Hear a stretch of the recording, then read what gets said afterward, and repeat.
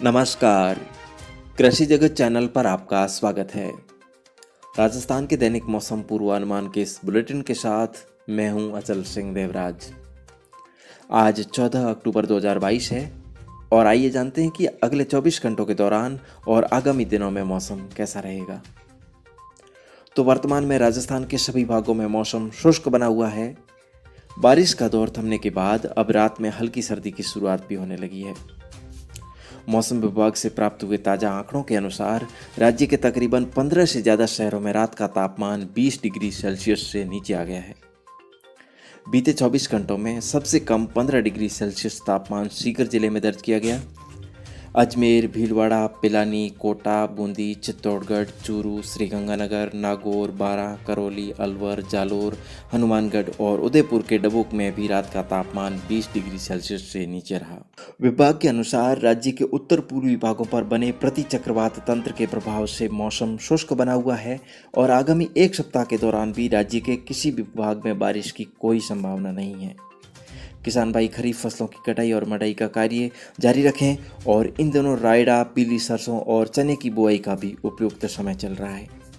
तो भूमि में उचित नमी बनाकर यथासंभव शाम के समय ही बीज की बुआई करें और बीज को बोने से 2 घंटे पहले फफूंदनाशक और उसके बाद में कीटनाशक से उपचारित करके ही बीज की बुआई करें।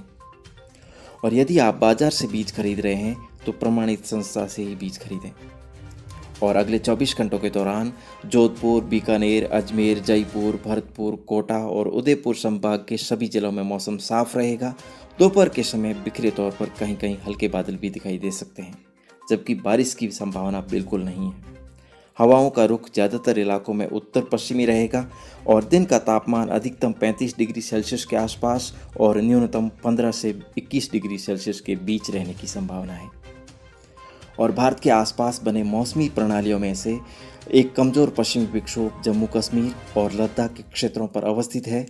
इसके अलावा मध्य बंगाल की खाड़ी पर एक परिसंचरण तंत्र भी बना हुआ है। दूसरा परिसंचरण तंत्र कोमोरिन क्षेत्र के आसपास बना हुआ है।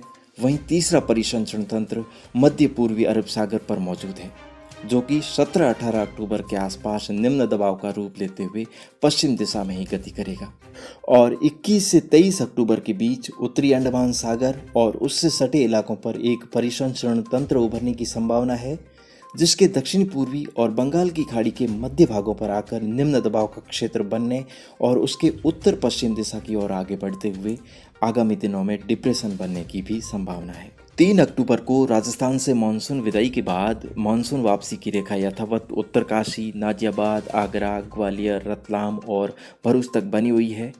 अब अगले 1-2 दिनों में उत्तर पश्चिम भारत के और इलाकों सहित गुजरात, महाराष्ट्र और मध्य भारत के कुछ हिस्सों से दक्षिण पश्चिम मानसून के हटने के लिए परिस्थितियां अनुकूल बनी हुई है।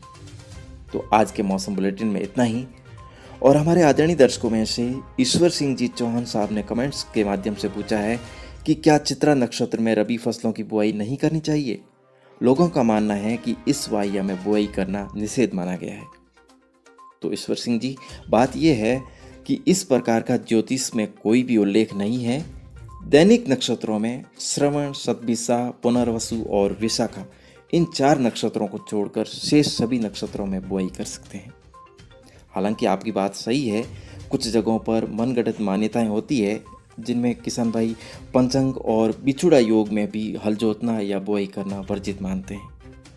और इसके अलावा देवाराम जी साईं और उर्स खान जी का भी एक सवाल है, जिसमें बताया गया है कि इसबगोल की बुआई का उपयुक्त समय क्या है। तो इसबगोल की बुआई का उपयुक्त समय नवंबर के प्रथम सप्ताह से नवंबर के अंतिम सप्ताह तक है और जीरे की बुआई अब किसान भाई धनतेरस के आसपास से शुरू करेंगे। हालांकि अभी दिन का तापमान अधिक होने के कारण किसान भाइयों को जीरा उगाने के लिए 1-2 सिंचाई और अधिक देनी पड़ सकती है। और बहुत सारे कमेंट्स अभी भी लंबित पड़े हैं जिनका जवाब देना बाकी है। थोड़ा समय का अभाव है, प्लीज़ क्षमा कीजिएगा। लेकिन 1-2 दिनों में रबी सीजन का वीडियो और आपके कमेंट्स का जवाब देने की मैं पूरी कोशिश करूँगा। तो आप कमेंट्स लगातार करते रहिए और बने रहिए आपके अपने चैनल कृषि जगत चैनल के साथ। तो अब मिलेंगे अगले वीडियो में, तब तक के लिए इजाज़त दीजिए। नमस्कार।